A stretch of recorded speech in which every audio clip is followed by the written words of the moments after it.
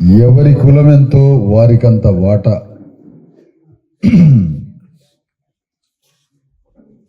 బహిరంగ పంచాయతీ.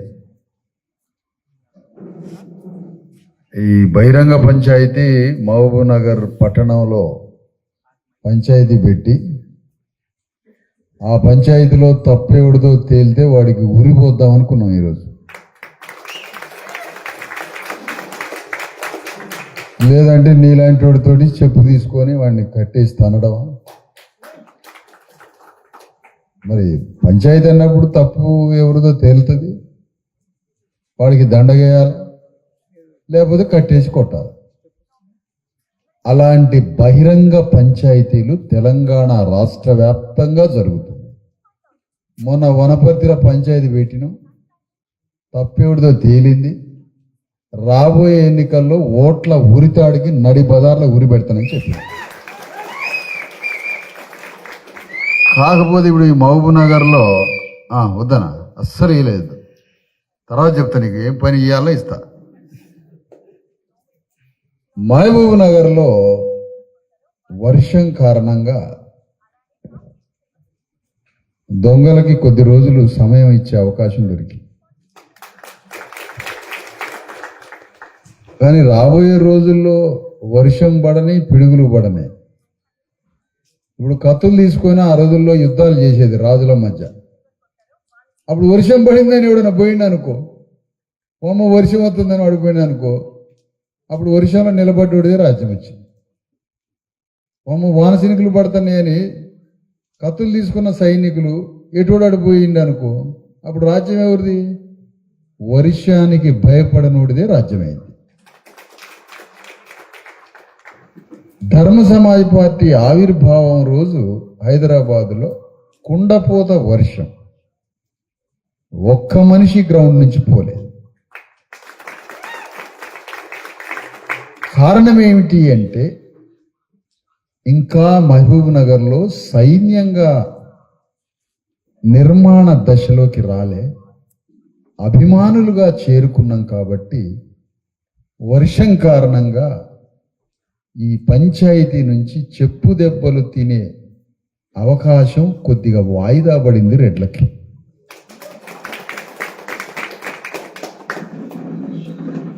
మొత్తానికి ముఖ్యమైనటువంటి సభకు వచ్చిన ముఖ్యమైన మేధావులు, సర్పంచులు సభ నుంచి కొంత మాట్లాడుకోవడానికి ఒక సదస్సు రూపంలో ఈ బహిరంగ పంచాయతీ ప్రాంతం నుంచి కొన్ని మాటలన్నా ఈ పెద్దలతోటి చెప్పించాలని ఇక్కడికి ఏర్పాటు చేశారు నిర్వాహకులు. ఈ మహబూబ్ నగర్ జిల్లాలో జరుగుతున్న ఈ బహిరంగ పంచాయతీ సదస్సుకి సభాధ్యక్షత వహిస్తున్న గుడిసె బాలయ్య, గుడిసె బాలయ్య. గుడి అంటే గుడి అన్నమాట, గుడిసెలో గుడి ఉంటుంది. బీసీ ఎస్సీ ఎస్టీ జేఏసీ గుడి కట్టడానికి బయలుదేరిన గుడిసె బాలయ్య గారికి ఆనాడు తెలంగాణ ఉద్యమంలో అర్ధరాత్రి లేదు, అపరాత్రి లేదు, తెల్లవారిన దాకా తిరిగిండు 10 ఏళ్ళు కోదండరామిరెడ్డి అని ఒక ఆయన ఉండు. పాపం తుమ్మ చెట్ల కాడ అప్పుడే గొర్రెలని ఆడ కట్టేసి నిలబడ్డట్టు ఉంటాడు ఆ పైన ప్రొఫెసర్. ఆయన ఆ కోదండరాము అర్ధరాత్రి లేదు, అపరాత్రి లేదు, తెల్లవారిన దాకా తిరిగిండు తెలంగాణ అంతా. ఏం తిరుగుడా ఆయన, ఏం కష్టపడతాడు? కష్టపడలేదు, పాడు లేదు, ఆయన రెడ్ల రాజ్యం కోసం తిరిగిండు. ఆ రెడ్ల రాజ్యం కోసం కోదండరామిరెడ్డి ఎట్లా తిరిగిండో, మా బీసీ ఎస్సీ ఎస్టీల రాజ్యం కోసం అట్లా తిరుగుతామని ఇద్దరు ప్రొఫెసర్లు తిరుగుతారు. ఒక ఆయన నాగం కుమారస్వామి, మీ మహబూబ్ నగర్లోనే రాజనీతి శాస్త్రం, రామయ్య యాదవ్ ఉస్మానియా యూనివర్సిటీలో సోషియాలజీ డిపార్ట్మెంట్. అదే కోదండరావు ఆ ఉస్మానియా నుంచి. ఆయన ఎట్లా తిరిగిండో మేము అట్లా తిరుగుతాం. ఉత్త కోదండరాముని తిట్టుకుంటూ కూర్చుంటే ఎట్లా? ఆయన పెద్ద 500 ఎకరాల అంతర్గత వలసవాది. హుజూరాబాద్ దగ్గర నుంచి ఆదిలాబాద్ పోయినటువంటి అంతర్గత భూస్వామి వలసవాది, 500 ఎకరాల మునగాడు ఆయన. పాపం ఆ భూస్వామి ప్రొఫెసర్ అయి తిరుగుడు పాపం తిరిగి తిరిగి తిరిగి తిరిగి లాస్ట్కి రేవంత్ రెడ్డి పటేల్తో కలిసి రాజ్యాన్ని స్థాపించారు. ఎందుకంటే వాళ్ళంతా ఒక వర్గం. వేదిక మీద ఉన్న రాఘవేందర్ రాష్ట్ర అధ్యక్షుడు BCS/ST జేఏసీ. ఆయన మన BCS/ST జేఏసీకి మన నాయకుడు. నేను ఒక గౌరవప్రదమైన చైర్మన్. మన నాయకుడు రాఘవేంద్ర ముదిరాజ్. వేదిక మీద ఉన్నటువంటి వివిధ సంఘాల నాయకులు సారంగ లక్ష్మీకాంత్ గారు, ఇంకా వేదిక మీద ఉన్న ముఖ్యుల లిస్టు ఉంటే చదువుతాం. నాయకులు, వివిధ జిల్లాల నుంచి వచ్చిన నాయకులు, అందరికీ జై BCS/ST తెలంగాణ, జై భారత రాజ్యాంగం తెలియజేస్తున్నాం. మీ అందరికీ ఆకలి మంటలతో కూర్చున్నారు మీరు. లోపట ఆకలి అయినా కూడా కూర్చోగలుగుతున్నారంటే అర్థం ఆకలి మంటలకి అలవాటయ్యారు కాబట్టి కూర్చోగలుగుతారు. ఆకలి బాధని అధిగమించగలిగే, ఆకలి బాధని తట్టుకోగలిగే. ఆకలి అవుతుంది కళ్ళు తిరుగుతున్నాయి అని అంటారు అందరూ.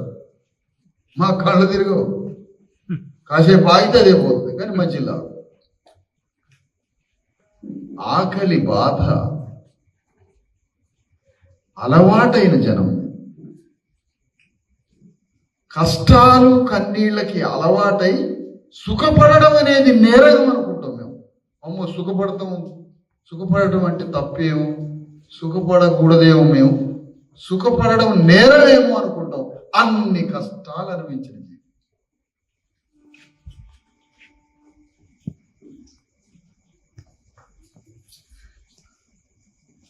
సమస్య ఏంటంటే ఇప్పటి వరకు భారతీయులు, తెలంగాణ వాళ్ళు సత్యాన్ని గ్రహించలేకపోయారు. సత్యం ఎర్రగుంటుందని ఎర్ర సత్యం కూడా గ్రహించలేము.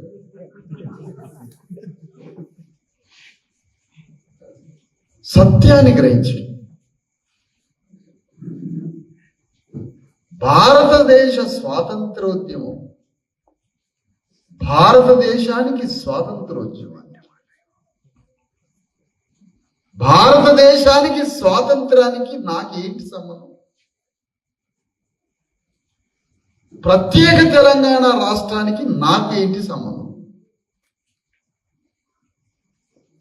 నా సంబంధం అంతా, నా పోరాటం అంతా నా శత్రువు వేల సంవత్సరాల నుంచి గ్రామంలో ఉన్న భూమిని తన నియంత్రణలో పెట్టుకొని, వేల సంవత్సరాల నుంచి గ్రామంలో అధికారాన్ని తన చేతిలో పెట్టుకొని, వేల సంవత్సరాల నుంచి గ్రామంలో వందల వేల ఇండ్ల మీద పెత్తనం చేస్తున్న ఊర్లో ఉన్న దొర నా శత్రువు. ఇది వదిలిపెట్టి బ్రిటిషోడి మీద యుద్ధం ఏంటి? ఇది వదిలిపెట్టి ఆంధ్రావాడి మీద యుద్ధం ఏంటి? ఇది వదిలిపెట్టి బీజేపీ తురుకోల మీద యుద్ధం ఏంటి? ఇది వదిలిపెట్టి కమ్యూనిస్ట్ పార్టీ ఆయన అమెరికా వాడి మీద యుద్ధం ఏంటి? నా శత్రువు ఊర్లో కదా ఉండదు. నా తండ్రిని కొట్టినోడు కళ్ళ ముందు ఊరిలో ఉన్నాడు. నా తండ్రిని చెప్పు తీసుకొని కొడుతున్నా నా తల్లి ఒక్క మాట మాట్లాడలేకపోయింది. అయ్యా కొట్టబాకండి అయ్యా అన్నది తప్ప, కొట్టిన వాడిని నా తల్లి కొట్టగలదా? భారతదేశంలో కొట్టిన వాడిని తన భర్తనో తన కొడుకునో భూస్వామి కొడితే మళ్ళా చెప్పు తీసుకొని ఆ భూస్వామిని కొట్టగలదా? 6 లక్షల గ్రామాల్లో నా బాధిత వర్గం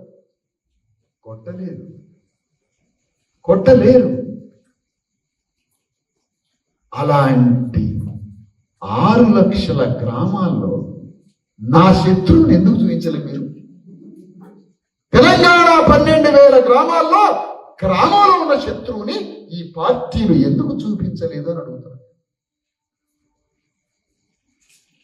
తెలంగాణ రాష్ట్రాన్ని పరిపాలించిన చంద్రశేఖరరావు ఆంధ్రావాడు శత్రువు అన్నప్పుడు, ఆంధ్రావాడే సమస్త దోపిడీకి కారకుడైనప్పుడు, ఆంధ్రావాడిని ఎల్లగొట్టి నీ రాజ్యాన్ని స్థాపించినప్పుడు, అరే బేకూఫ్, ఆంధ్రావాడి దగ్గర నుంచి ₹1 గాని ఒక సెంటు భూమి గాని ఎందుకు రికవరీ చేయలేదురా అని అడుగుతున్నా నేను.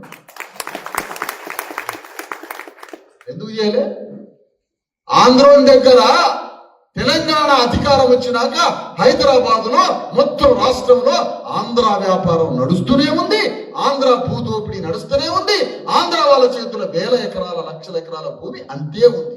₹1 తీసుకురావేటి వాని దగ్గర నుంచి, 1 అంగుళం భూమి తీసుకురావైతే వాని సంకలన చేతులు పెట్టి గుంజుకపోయి జైలు లేకపోతే ఎక్కడిదిరా నీది ఆంధ్రవాడి దోపిడీ ఏంటి? ఎంత విచిత్రం! ఒక్కడన్నా అడుగుతున్నాడా తెలంగాణలో ఈ మాట? నువ్వు ఆంధ్రోడి మీద యుద్ధం చేసి రాజ్యాన్ని తెచ్చుకున్నాక ఒక్క ఆంధ్రావాడిని కూడా ₹1 దోపిడీ చేయలేదు. విప్లవం అంటే అంతే ఉంటుందా? విప్లవం అంటే అంతే ఉంటుందా? కాంచీరామ్ ఒక దగ్గర రాజ్యానికి వచ్చిన తర్వాత ఎవడి మీద యుద్ధం చేసి రాజ్యానికి వచ్చిండో వాళ్ళని 500 మందిని భస్మంలో కలిపేసి, అది విప్లవం. అది విప్లవం. నీ విప్లవం ఏది? ఆంధ్ర వ్యాపార సంస్థలు అంతే వ్యాపారం చేస్తాను, ఆంధ్ర భూదోపిడి అంతే కొనసాగుతుంది. వాని దగ్గర ₹1 తీయకపోతే, వాని ఎకరం ముట్టుకోకపోతే, వాని జైలు లేకపోతే, వాని దనకపోతే, మరి నీ ఆంధ్రోని మీద శత్రుత్వం. పైగా ఆంధ్రోని ముట్టుకోకుండా నీ తెలంగాణలో ఉన్న బీసీఎస్ ఎస్టీల భూముల్ని మింగేస్తుండు కేసీఆర్.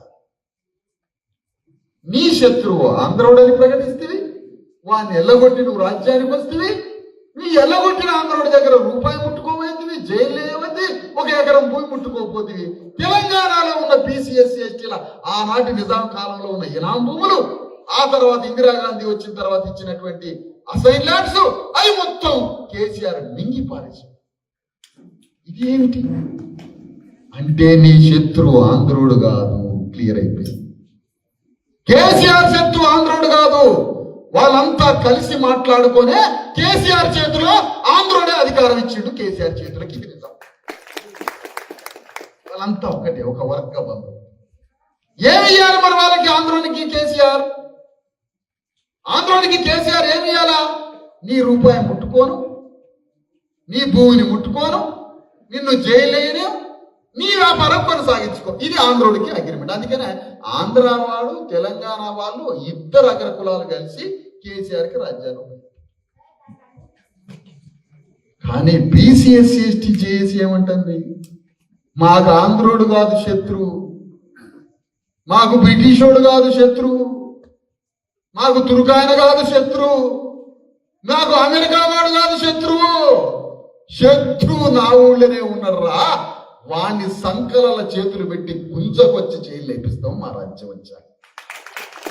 ఎందుకంటే భూమిని మింగింది అతడే, మా డబ్బును మింగింది అతడే, మా అయ్యని కొట్టింది అతడే, మా దగ్గర ఉన్న అరెకరం పాదెకరం మొత్తం మేము హాస్పిటల్ పడి సస్తంటే వీడు ఎక్కడ భూమి అమ్ముకుంటాడా అని మా భూమి కొట్టేయడానికి కాసుకోరు. మేము చనిపోతే మా ఇంటికి రానోడివి, మా ఇంట్లో బోధైన నోడివి, మా నీళ్లు తాగనోడివి, మా ఇంట్లో ఏ దైనందిన జీవితంలోకి నువ్వు ప్రవేశించలేదు, ఏనాడు నన్ను గౌరవించలేదు. నా తండ్రిని తల్లిని కొట్టి, నా భూమిని కొట్టి, నా వాళ్ళని కొట్టి, నన్ను శత్రువుగా చూసి నాతో మంచిలు రాలే, నా పెళ్లికి రాలే, పేరంటానికి రాలే, మా పిల్లల చదువులతోటి మీ పిల్లల చదువులు కలిసి ఎక్కడ నీకు నాకు జీవిత సంబంధం లేదు కదా, మరి శత్రువు నువ్వు అవుతావు కదా. ఇతని మీదకి ఎందుకు యుద్ధం చేయలే కేసీఆర్? ఇతని మీదకి కమ్యూనిస్టులు ఎందుకు యుద్ధం చేయలే? ఇతని మీదకి బీజేపీ ఎందుకు యుద్ధం చేయట్లే? ఊళ్ళనే శత్రువు ఉన్నాడే. అందుకని ఏ పార్టీ చెప్పని విషయం బీసీఎస్సీ ఎస్టీ జేఏసీ ధర్మ సమాజ్ పార్టీ శత్రువు నీ ఊర్లోనే ఉన్నాడు, వాడిని పట్టుకో. అదే మొత్తం కథ మొత్తం వాళ్ళే. రాజకీయం అంతా మాది. హైదరాబాద్ వచ్చే ముఖ్యమంత్రి అతనే, హైదరాబాద్ వచ్చి వ్యాపారం చేసేది అతనే, అమెరికా పోయి లక్షల కోట్లు సంపాదించేది నీ ఊళ్ళో. ఎక్కడో లేదు, నీ ఊర్లోనే ఉన్నాడు. అమెరికా పోయింది, గ్రామాల నుంచి పోతున్న రెట్లు, కమ్మలు, వెలమలు వాళ్ళే అమెరికా పోయారు. రాజ్యం ఏది వాళ్ళే, వ్యాపారం చేసేది వాళ్ళే, ముఖ్యమంత్రులు అయ్యేది వాళ్ళే. నీ ఊర్లోనే ఉన్నాడు శత్రువు, అతన్ని పట్టుకో. ఇదే సత్యం అంటే. సత్యం అంటే విప్లవం. సత్యం అంటే విప్లవం. విప్లవాన్ని నిర్వహించేది ఎవరు? ఎవరు చెప్పండి? విప్లవకారులు కాదు. సత్యము, విప్లవము, దేవుడు ముగ్గురు ఒకటి. అదే ధర్మం. అందుకనే మన శత్రువు గ్రామంలోనే ఉన్నాడు, మన నెత్తురు దాగినవాడు. ఒకరోజు కాదు, ఒక్కరోజు పని కాదు.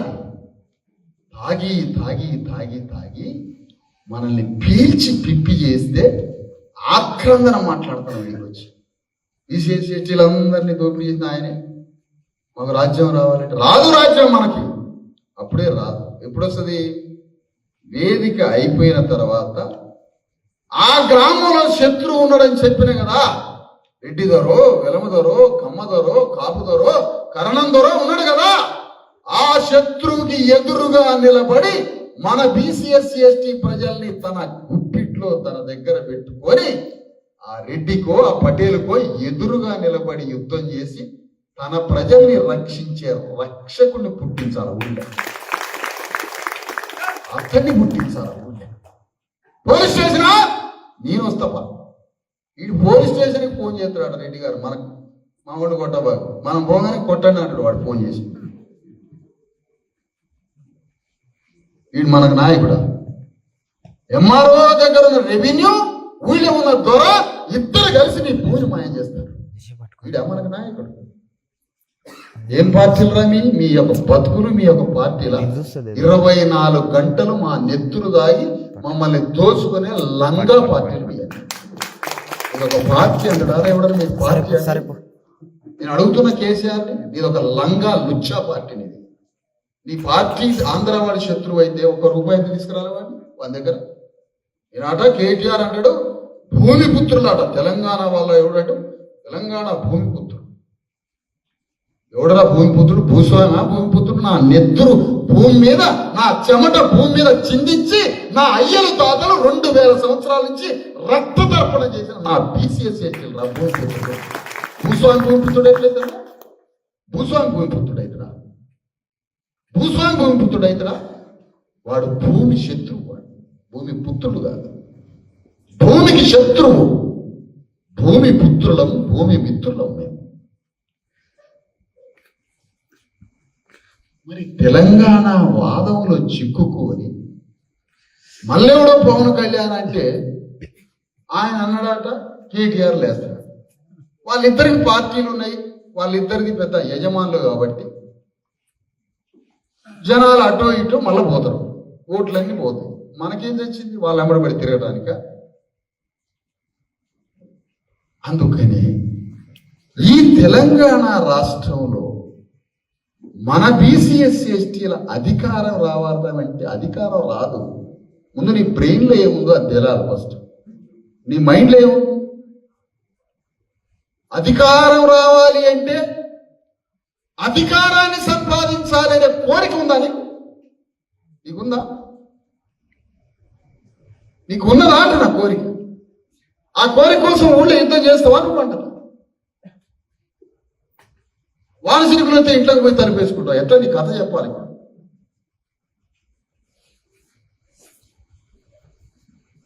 ఆ కోరిక కలిగి ఉండటం ఉన్నది చూసినవా? నేను గ్రామాన్ని పరిపాలిస్తాను, ఈ రెడ్డి రావులు ఎవడైతే ఉన్నాడో వాళ్ళని ఢీకొట్టి వాళ్ళకి రాజకీయంగా కోరిగట్టి నేను ఈ ఊరిని పరిపాలిస్తాను అన్న ఆలోచనే అధికారం.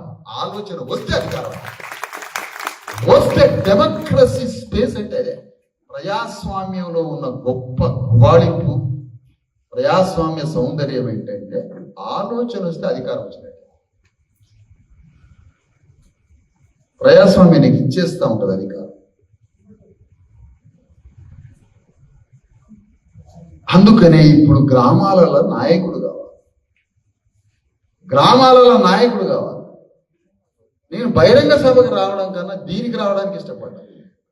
ఎందుకు? బహిరంగ సభకు వస్తారు 2-3 వేల మంది జనం వచ్చి వాళ్ళు ఇవ్వాలి.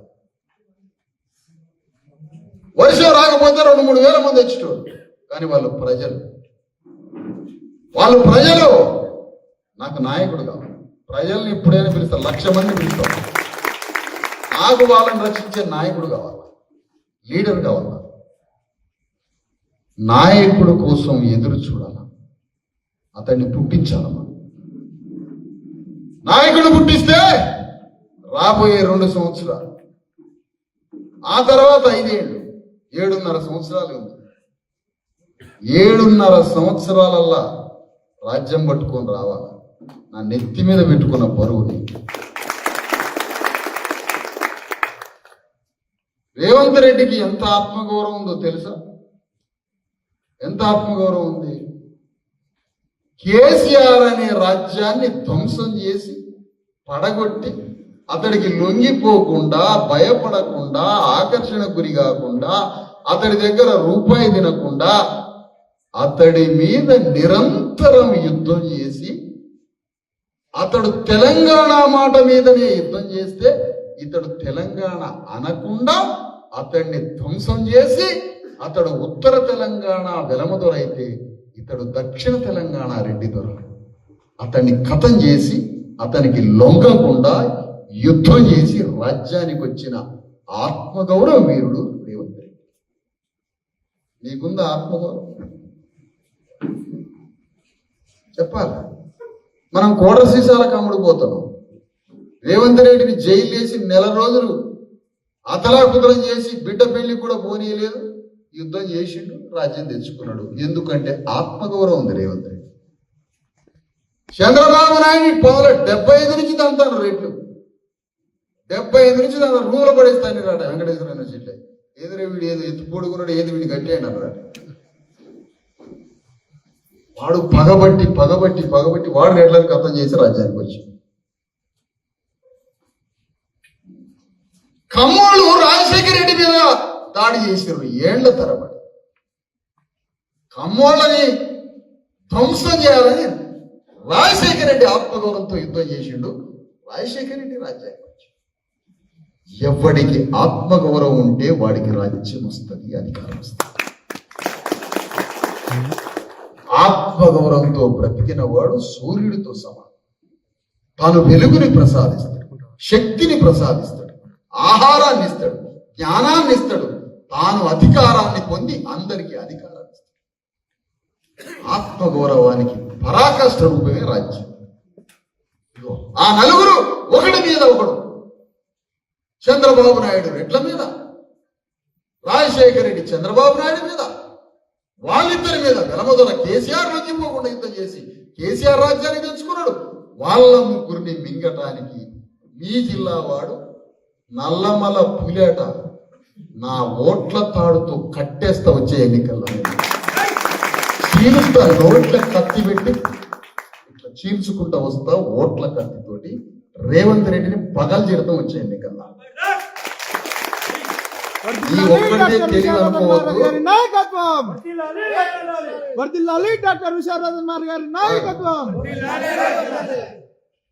పగలు జీవితం వచ్చే ఎన్నికల్లో. ఎందుకు? ఒక గ్రామంలో యజమాని మీద యుద్ధం చేయమన్నాడు బానిస.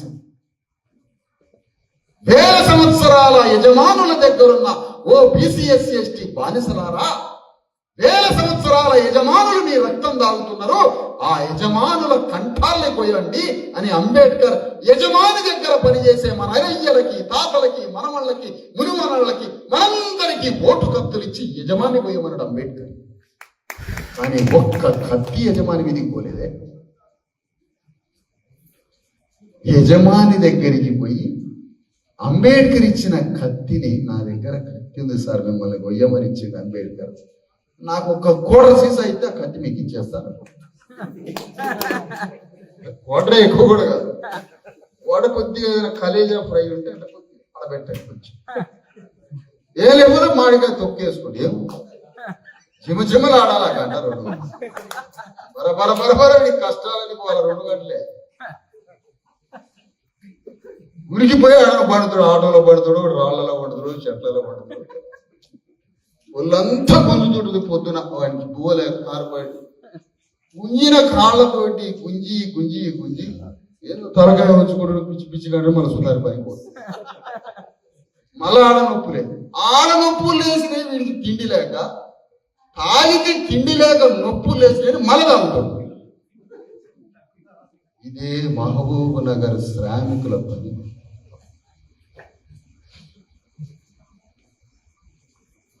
ఒక పైన దేశమంతా పని చేసుకుంటా పోతున్న ఈ శ్రామికుల రక్తం భారతదేశానికి అర్పితం చేశారు. అలాంటి అర్పితం చేసిన ఈ శ్రామికులు ఒక పక్కన భూమి ఉండి, రాజ్యం ఉండి, జ్ఞానం ఉండి, విద్య ఉండి, విపరీతమైన నాగరికత తెలుసుకున్న ఒక రెడ్డి ఇలాంటి అమాయకుల్ని మింగి పారేసిన బాగుపడానికి. అందుకనే ప్రజాస్వామ్యంలో ఒకడికి బలం ఉండి ఒకడు బలహీనుడు ఉంటే అవుట్ అయిపోతుంది ప్రజాస్వామ్యం.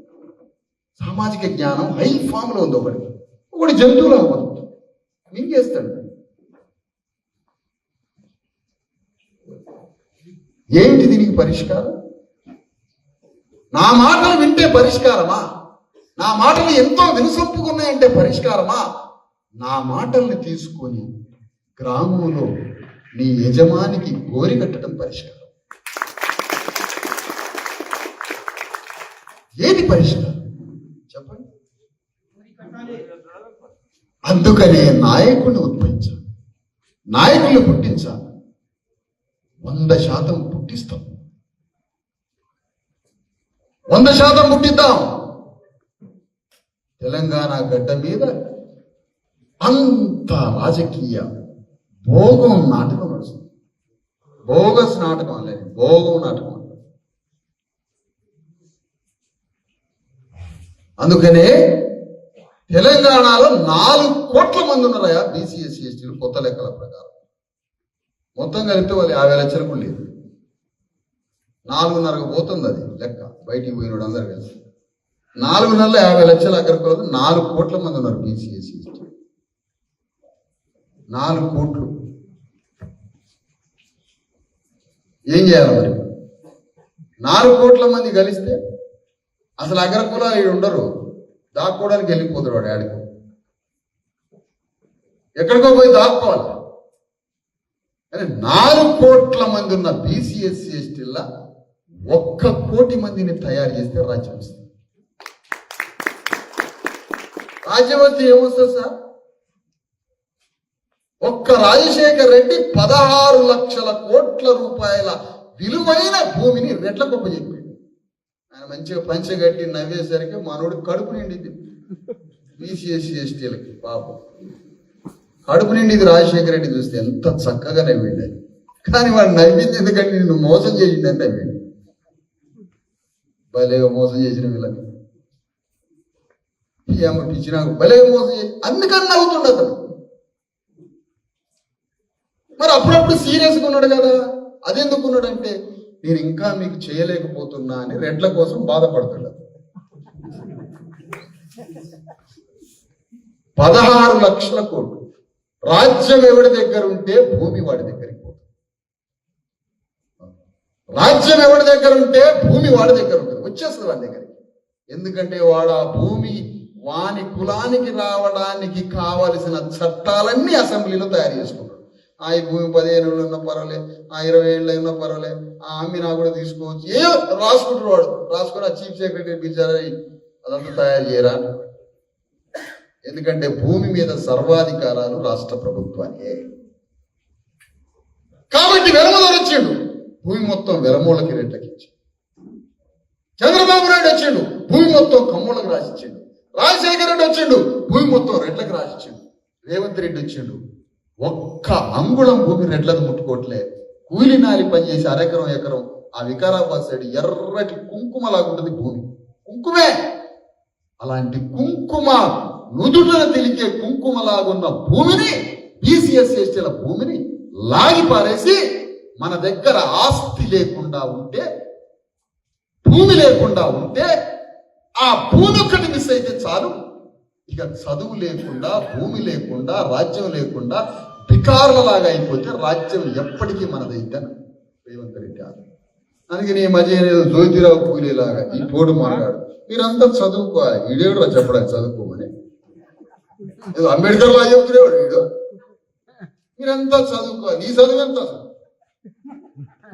నువ్వు చదవరు అది ఏం మీద నువ్వు డిగ్రీ ఆఫ్ చేయడం మాకు చదువు అని చెప్తావు. మా బీసీఎస్ ఎస్టీలలో కొంపకోడు ఉన్నారు ఎంఏ చదివినోడు. మనమంతా చదువుకోవాలని ఈయన గడ్డంలో జ్యోతిరావు పూలే గడ్డం ఉందని మీరంతా చదువుకోవాలి. మీ భూములు కొట్టేస్తా, మీ రాజ్యాన్ని కొట్టేస్తా. మమ్మల్ని చదువుకోమంటావు. మా చదువు నువ్వు చెప్తే చదువుకుంటావా? మేము నువ్వు చెబితే అది నీ విని నువ్వు చెప్పినందుకు నేను చదువుకుంటావా? అంబేద్కర్ చెప్పింది కాబట్టి చదువుతున్నావు. అంబేద్కర్ జ్యోతిరావు పూలే చెప్పింది కాబట్టి చదువుతున్నావు. రామయ్య కుమారస్వామి ప్రొఫెసర్లు చెప్పింది కాబట్టి చదువుతున్నావు. ఎవరు చెప్పడం? నువ్వు చెప్తే మేము చదువుతాం. మరి ఆ మాట మీ అందరికీ రాజ్యం రావాలని సిగ్గుంటే నీకు సిగ్గు శరమంటే నువ్వు ఈ మాట బీసీఎస్ ఎస్టీలందరికీ రాజ్యం రావాలి అని బీసీఎస్ ఎస్టీల భూముల్ని అంగుళం ముట్టుకోనాను చచ్చేపోతాను మాట రేట్ల గళ్ళ పడిస్తాను నేను. ఇదేంద్ర రాజ్యం ఉపయోగిస్తే మనల్ని చేస్తాడు పట్ట కొడతాడు. నల్ల పులాట నల్ల అడవులలో వస్తున్న నల్ల పులాట తాడు భుజానేసుకొని తిరుగుతున్న కట్టి పారేయడానికి అన్ని ఆయుధాలు ఇచ్చిండు అంబేద్కర్ ప్రజాస్వామ్యం. అన్ని ఆయుధాలు ఇచ్చిండు. ఈయన ఒకడు కేటీఆర్ అని తిరుగుతున్నాడు బుగ్గలోడు. భూమి పుత్రుడు తెలంగాణ ఎవరు భూమి పుత్రుడు? నీకేం సంబంధం? నీకేం సంబంధం అంట? ఆంధ్రుడి దగ్గర రూపాయి తీసుకురా. ఎందుకు ఇచ్చినవరా మెగా కృష్ణారెడ్డికి నువ్వు కాంట్రాక్ట్? ఆంధ్రుడికి ఎట్లా ఇచ్చినావు నువ్వు కాంట్రాక్ట్? పెట్టిన పుస్తకాల కాంచి వాడు కాంట్రాక్టర్ ఇక్కడ. వాడేందుకు కాంట్రాక్ట్ ఇక్కడ? ఆంధ్రుడికి ఎట్లా కాంట్రాక్ట్ ఇస్తావు? తెలంగాణలో ఎవరు లేడా? 100% తెలంగాణ వాదం విఫలమైంది.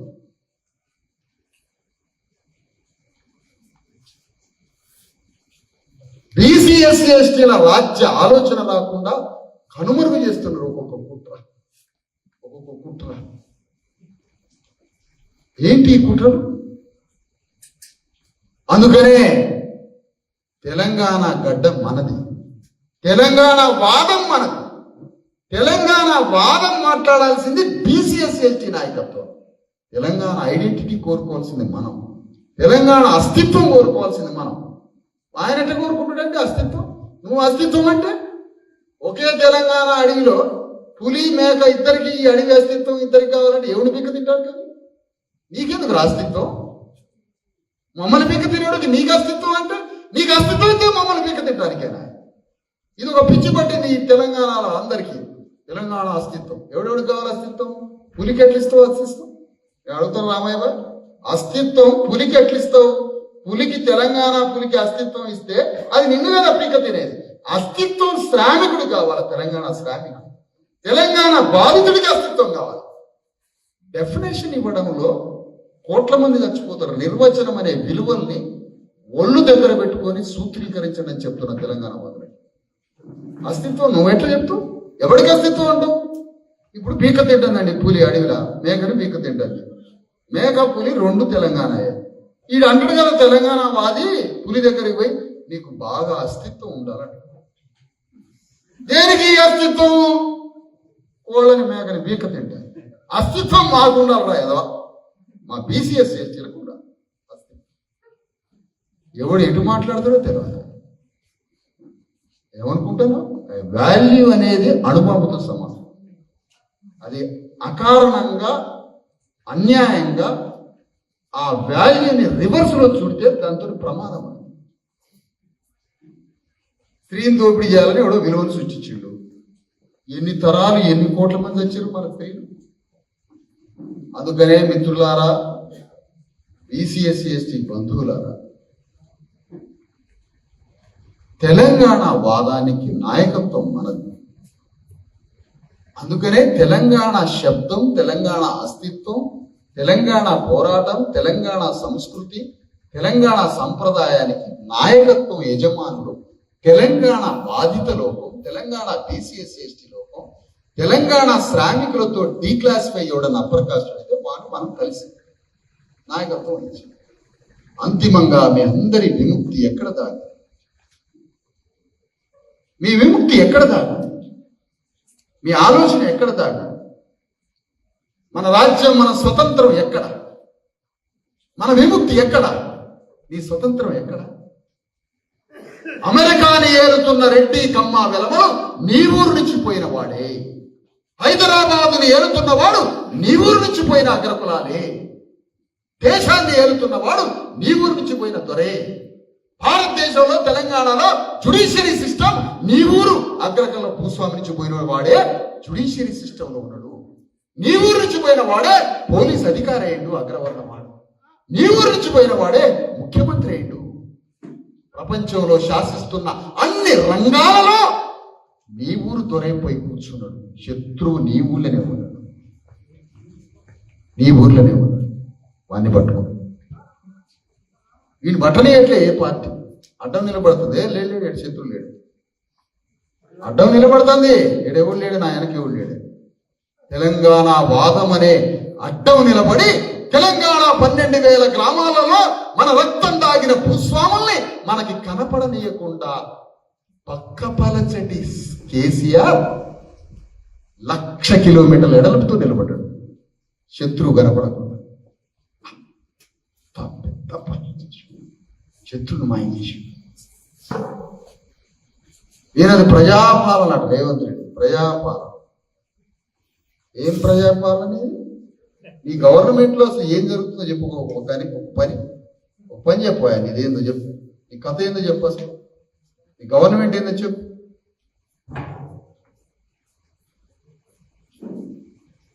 ప్రపంచ దొంగలు 10 మంది ఉంటే, ఇప్పటి వరకు భూమండలం పుట్టిన కాడి నుంచి ప్రపంచంలో దొంగలు 10 మంది ఉంటే అందులో చేర్చాలి రేవంత్ రెడ్డి. వీడు దావుద్ ఇబ్రాహిం కన్నా డేంజర్. మొన్న హైడ్రా పేరే వాడిండ హిట్లర్ అన్న. హిట్లర్ గురించి కదా, రంగనాథే కదా తెలిసిన విషయం. నిన్నా మొన్న హిట్లర్ కాదు, దావుద్ ఇబ్రాహిం చెప్తూ వస్తున్నాడు. అందుకనే ఈ మెరిక లాంటి ఈ అత్యంత ఉత్సాహంగా అప్డేటెడ్ అప్పర్ కాస్ట్ బ్రెయిన్ తో భారతదేశంలో చలాకిగా తెలంగాణని దోపిడీ చేస్తున్న రేవంత్ రెడ్డిని ఓట్ల తాడుతో బంధించి ఓట్ల కత్తులతో కథం చేద్దాం. రేవంత్ రెడ్డిని వచ్చారు.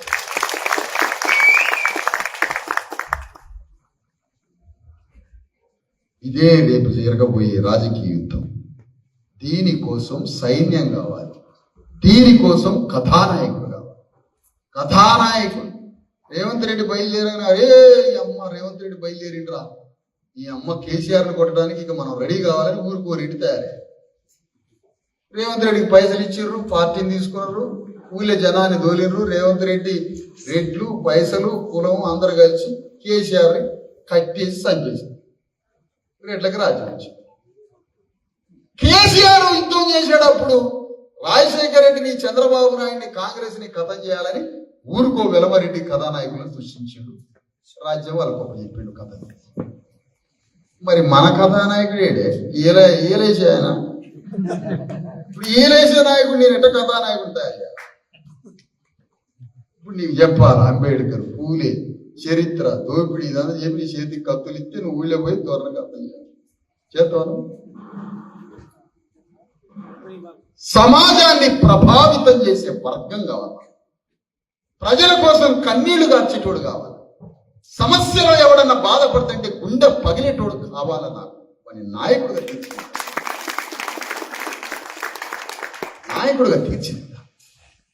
వాడే కావాలి సంఘానికి, సమాజానికి. అతడే కావాలి. అవమానాల్ని భరించేటోడు కావాలి. అవమానాల్ని భరించేటోడు కావాలి. వీళ్ళు ఇంట్లోనే అవమానాలు ఉంటాయి. ఇంత నలుగురు మధ్య సమాజంలోకి వస్తే అవమానాలు ఉంటాయి. వాడు ఏదో అనుకుంటాడు సార్ నన్ను వెళ్ళిపోతాను.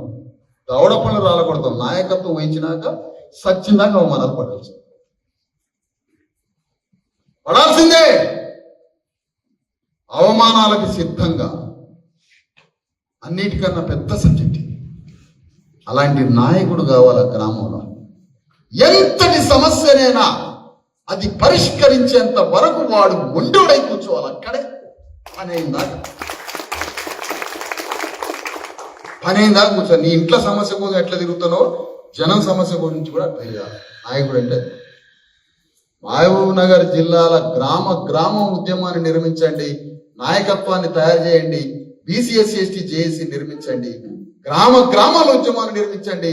త్వరలో మా భూమి రథయాత్ర మహబూబ్ నగర్ లో పెట్టి ఒక్కొక్క రెడ్డిని నడి బజార్లో కట్టేసి ఓట్ల వాళ్ళతో ఒక్కొక్క గ్రామం బడేందుకుందిరా ఇట్లా స్కూల్ ఎట్లా కూలిపోయిందిరా నీ ఎమ్మెల్యే కానీ పట్టుకురా. వీడెవడు ఇక్కడ ఎమ్మెల్యే? ఎస్సా బీసీయా రెడ్డా ముందు పట్టుకురాని వాడు కట్టేసి ఆ బడి కాడ కూర్చుంటా బడి బాగు చేసేంత వరకు అనిచి కథలు. ఒక్కడికి 25,000 ఇది వీడికి 50 కోట్లు ఖర్చు పెడతారట నియోజకవర్గం. దేనికి పెడతారో నువ్వు 50 కోట్లు 100 కోట్లు దేనికి పడతావు?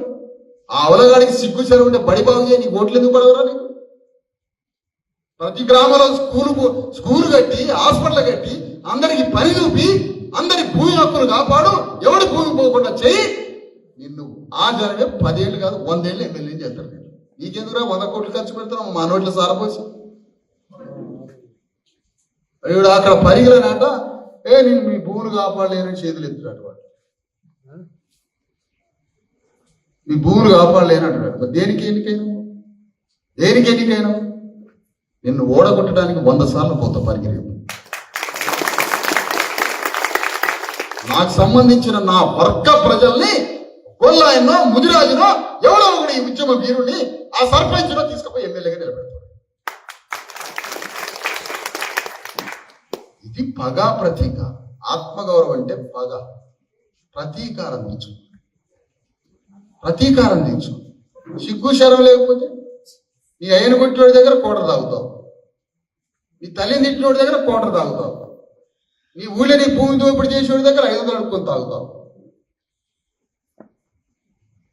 ఎటువంటికో సార పోయించేవాడు డబ్బు కొట్టి తిరగమని చూద్దాం. వాళ్ళు లొంగి కట్టుకొని ఊడిపోయిన దాకా డబ్బు కొట్టుకుంటే మన ఎమ్మడి తిరుగుతారా? ఒకరిని చూపియండి అప్పటి కష్టం.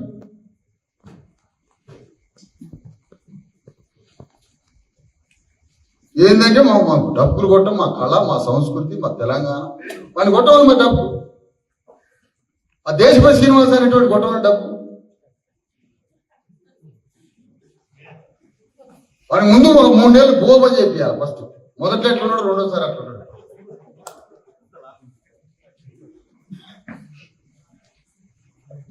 నువ్వు కొట్టవా డబ్బు? గూటం రెడ్డి అంట, మాది కానంట గూటం రెడ్డి అంట. అంటే మేము చెప్పులు కుట్టే రెడ్లం, నువ్వు పరిపాలించే రెడ్డివా? సిగ్గున్నదా ఈ మాట మాట్లాడటం? మమ్మల్ని గూటం రెడ్లు అంటావు. మేము చెప్పులు కుట్టే గూటం రెడ్లం, నువ్వేంది మరి పరిపాలించే రెడ్డి? అదే ఓటు కూటాలతో వస్తావు రేపు రా ఎన్నికలకి. అలకారు బదులు కొడతాం ఓటు కూటాలతో రా రేపు. ఎవరు లేదు, ప్రతిపక్షం లేదు, ఏమీ లేదు. తెలంగాణ గడ్డ మీద ప్రతిపక్షం BCSC జేఏసీ ఉరిగెత్తలేదు.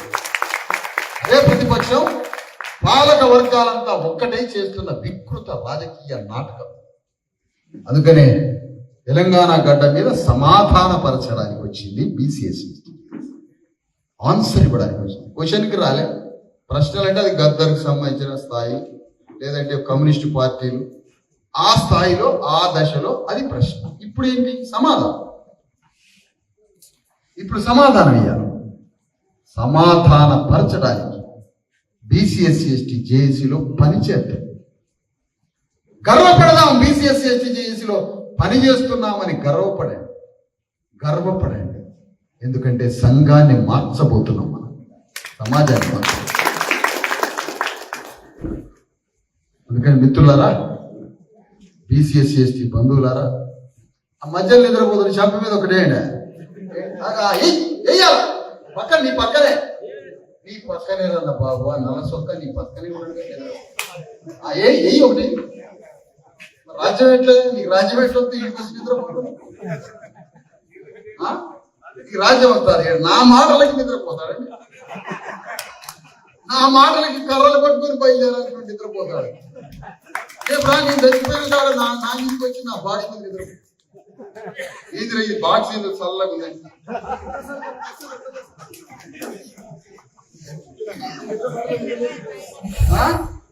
భలే నిద్రపోదు బుర్రకు ఇక్కడ దాకా వినిపించింది నా బుర్ర. నా ఉద్యోగాలు పెద్ద మరక.